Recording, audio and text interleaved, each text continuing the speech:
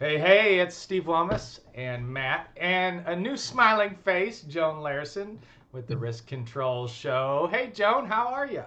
I'm good. I'm Long glad you're time no good. see. I know. I'm glad you're able to share some of your valuable sales time with us and get out here and let the people meet you.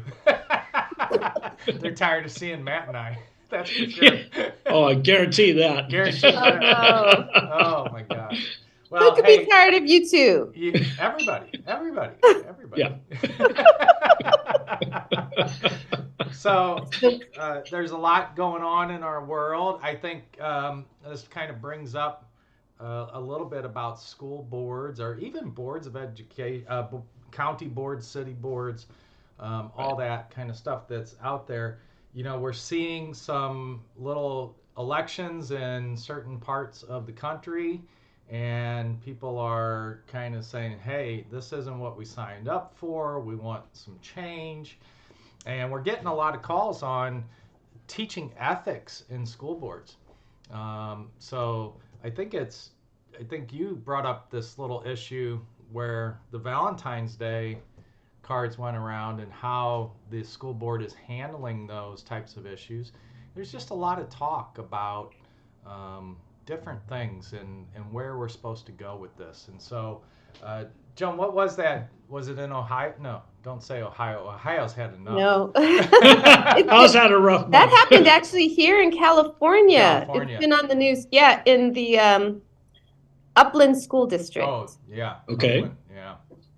So they had some anonymous Valentine's Day cards that were going out to other kids. I That's what I understand. I think there were some anonymous cards that went from one student and they were targeting students that were um, either biracial or um, Okay. other minorities. Sure.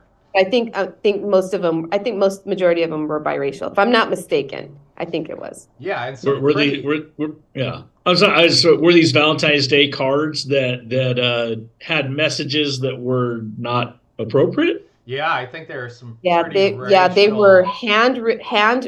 handmade, and they had images. One said something like "You're my favorite monkey." The other one had something like "You're A my reference favorite to cotton cotton picker." pickers. Yeah. And they were Wow. all handmade, and the pictures were all. You can tell it was somebody that was, Right. a child drew them. Right. But that was that's a little disturbing. And the news, Yeah. according to the news, it looks like the children had been bullied and had experienced some of these kinds of things for some time.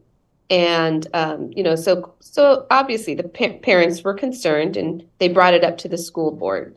And Mhm. so they've had some meetings about it. I don't know exactly if they've talked about if there's discipline, if they've decided, or if they've figured out who it is that's been doing it or who's behind it or how this came about.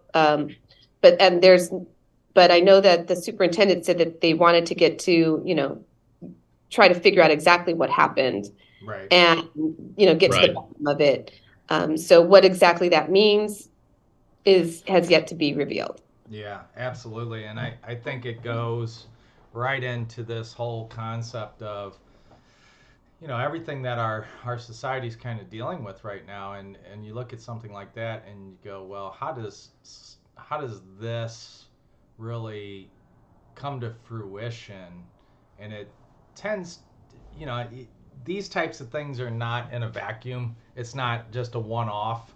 There's indicators, signs, and symptoms that lead up to this, that you should be picking up on, especially if you're a school principal or instructor at that site, right? That these types of things are being heard. And we kind of see this with the new SB 906 homicidal threat training, too, is that there's so many little indicators out there of violence, of racism, of inappropriate harassment and bullying that looks like Matt's lost us here.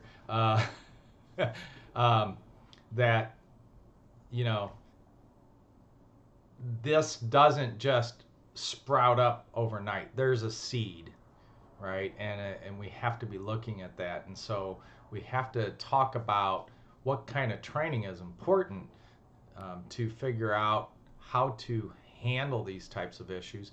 And then, where does the principal sit in this? Where do school boards sit in this, in the sense of their kind of knowledge of what's transpiring in their schools? And how do you create that environment where there's not tolerance for this kind of behavior, but also doesn't just throw students away, you know? And that's the challenge. And I think looking at some of the indicators, we just talked about the SB 906 on the homicidal threats, Matt. Like, Yeah. How do you handle these? Well, this is even more prevalent than that. So, these signs and symptoms, you and I are out in the field a lot, and some of the things that we hear when we're doing classroom audits, like science lab classroom audits, and we're going through science labs, and we're just listening, or maybe we're doing some mapping of emergency evacuation routes or stuff like Right. that. Some of the stuff that we hear is really outrageous, and you're Yeah. like, what is going on here? And that's coming out of instructors' mouths. So I don't know. I'm looking forward to seeing how the school district handles this, but it really brings to mind some of the ethical issues and what the school boards are supposed to be doing. We saw that once COVID hit, and there was this political divide between COVID masking mandates and vaccine mandates and staying home and the There was a lot distant of that. learning and all of these things. Like there was a lot of division on school boards and a lot of overstepping of ethical bounds, I would say. Right. And in California, it's pretty clear what the duties of a school board are and what they can and cannot do and how they should go about achieving that. So this is what makes this difficult. Like I think the school board really needs to be highly involved in this discussion on this Valentine's Day issue. It's it's a major blemish against the district. But how does a school board member get out and about to the school sites and really get an idea of what's going on? Because a lot of principals don't want their school board members at their sites. They do not. They definitely do not. Yeah. It's like, That's why are true. you spying on me? What's going on? What did we do wrong? And again, maybe that would lead to a better, what would you call it, understanding of what the environment is like and what your citizens, members of the district, community members, those that are sending children to that school, what they actually are looking for from an educational experience. So I know what they could do. What's that, Joan? They can hire your team to go out and help with the activity training. Yeah, I think you should do the DEI. Yeah. There you Get go. the SB, the new one. What is it? SB 906. SB 906. yeah. Get all that training. Get all of them prepared so that they know how That to is the handle biggest it. shameless plug. Well, I think, What is this? Well, what else are we supposed to do? yeah, I don't know. I think it's interesting though because, you're a perfect person to teach a lot of the sensitivity. I mean, you do teach a lot of the sensitivity training and the equity and inclusion type issues, customer service issues, and I do think it's important to teach that. But I think also at the parent level, like we always advocate parent nights too. And you can't do just one. You have to do multiple because a lot of parents work at night and a lot of them are busy and other things going on. And so getting that out there. But how does something like this even come about? That's what, like, where does a child think, oh, yeah, where do they get that idea from? It's a good question. I don't think kids are born that way. Oh, I They're, know Yeah, they're I don't. not I born don't that think way. they're Yeah, born that way. So it's picked up somewhere. A 100% they're not born that way. Yeah. And I remember when my daughter was very young, 1, 2, we'd go out to restaurants, and we would sit down at a restaurant, and there would be a couple with their baby next to us, or toddler next to us, and the kids would just, sometimes Madison would go over to their table, sometimes people would come to our table, and they just share their food, and they talk and they play. And I always used to right. say to my former wife, like, at what point do they get that piece ingrained in their head? Where does that come from, that they don't like a particular population? You know, Yeah, and it comes from the parents. It comes from the yeah, They're learning it someplace. Definitely yeah, they're learning, they're yeah. getting it, and it's become an okay thought to have. right, But it's that just, people are able to, as long as you're breathing, you're able to make different choices as you get older. yeah, absolutely, And so hopefully it's not too late, and that the kids that were involved in this will get some needed support so that they can understand and turn that corner, Mhm. and this becomes a great learning or teaching exercise, and all the people that are involved will learn, and they'll be able to do better, because if you know better, then you do better. yeah, At least absolutely. that's what I was always taught. Yeah, of course. Right. You should be gaining knowledge and using that in a positive way. It's like your superhero powers. Are you going to use it for good or evil? I mean, which one are you going to Right. do? It just depends on which way that you want to go with it. But I think it's good that it's um, public information, because then everybody can take a look at it and learn from it, learn what they shouldn't do, or what's not appropriate, and really take into consideration other people, because the the visuals of the children that were affected by it, oh, they were just Oh, heartbroken. They were very upset. of course. Yeah. And the parents were very Right. upset too. And so I don't know if that's even taken into consideration when these kinds of things happen, when they're drawing it. Are they thinking that it's just a funny, or if it's just a joke? I mean, it's clearly You not. know, I you was know, offended when I first saw Mm. it, so I'm yeah, I wondering, know where did you that were. come from, Yeah. Right. and how Uh, do you fix that?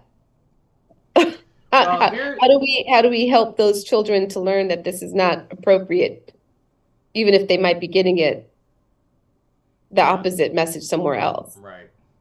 I think the thing that makes me so sad on this topic, especially with this particular incident, is when when I used to work for a JPA, and that JPA actually worked with that district, and so many times we would look at how do we kind of control these risks, right? And we see it all the time now. You see with uh, food poisoning and certain substances that shouldn't be in foods.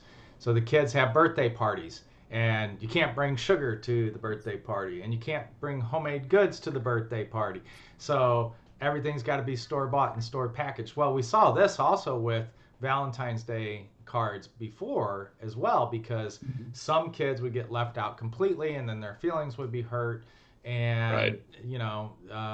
some of the messages like this, not this off color, but were a little inappropriate. So you know what they did? Everybody bought, if you had 30 kids in the class, everybody bought 30, and you just signed your name to it, and then you put them all in the pile with the teacher, and then the teacher handed them all out, and they all had to be store bought with pre-made messages, and it got really boring. And here's an opportunity for the kids to show a little bit of creativity, really, get involved in this Valentine's Day thing, which is fun, friends and all that. And now it's completely off the charts, ruined, and you just go like, oh gosh, I mean, is this where we're at as a society, where everything's just got to be so controlled and sanitized and really just, you know, robotic in order for these types of things not to happen. And so you're right, Joan. Like, what do you do to bring this into a place where people can, um, enjoy? But I think kind of the problem would be that the messages still have to be screened. You know, Yeah. they have to be screened, and maybe they were. I'm so excited to find out what transpired in this particular case. To figure out what really happened and is the Yeah, it would be interesting because I didn't hear whether or not these were cards that were made, during class time, or if they were cards that were made at home and then brought. Right. I mean, it's not, I know that I would, at my children, when they were in elementary school, I looked at everything that they did all the time. Right. So it kind of makes me wonder, if this was being made at home, did they not understand it? Did they think, what were the parents thinking if they saw it? Or, Right. how did this come about and how did it get brought back to the school? If it was done in the classroom, did the teacher see it? Yeah. And what happened Yeah. there? And then, and even now, the question comes up is that the cards were there, the teachers saw it. So how did they not handle it at that moment? Right. Yeah, and that's the question. Yeah. And I think going back to that, it's so many times we talk about being attentive in the classrooms. We see this too, where you go out and you do an audit of the athletic fields and their gym classes out there, and the kids are, hanging at the basketball, they're playing on their phone, and the teacher's sitting on some bench somewhere looking at their phone and not paying any attention, and the Yeah. supervision is really slim. And here again, I could see if this were a case where teachers were saying, okay, we're going to take some class time to create these Valentine's cards. Are they actually watching? Are they actually interacting? What are they doing during that time? And so many times, Yeah, I mean, I don't know if we'll ever find out all of the details from this because a lot of it, I think it's because of the sensitivity of it. And, Mm-hmm. Yeah. You're looking at, where did it come, where did it start? If it's in the classroom, then they got to talk about, teachers, and that's a whole other disciplinary action because of Right. their employment status. If it's at home, then you're worried about the privacy of the individuals there. So who knows if we'll hear all of the story, but it's interesting how this came about. It's very, it is disturbing. But I hope that there's some resolution that can come of it. And I hope that we do hear that things get better. Yeah, absolutely.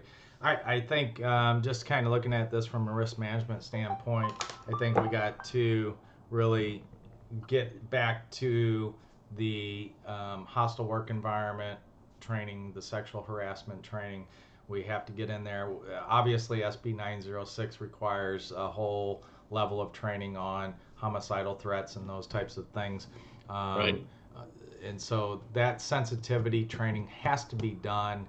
You have to make time for it. I know that instructors are under immense timelines. They just don't have a lot of free time, union agreements, all that stuff that goes into it. But you got to make time for this. And you really have to understand that, audits of the school site, like when Matt and I went and we did some audits of some of these schools, and we'd see these messages from students to teachers, and you're going, Yeah. this is a real indicator of sexual abuse and molestation. Mm-hmm. Pills, we found pills in certain areas of the classroom, messages, pictures, like, these things are highly inappropriate, and every day that principal is there on that site, and vice principal, and the disciplinarian, and how do these things go unseen? Custodial staff see this on a routine basis when they're cleaning these areas. So how do they go unseen? So really identification, making sure you're doing your audits. We bring a real eye to that in the sense of what should be looked for and how to look for it. I think the sensitivity training that is done is phenomenal.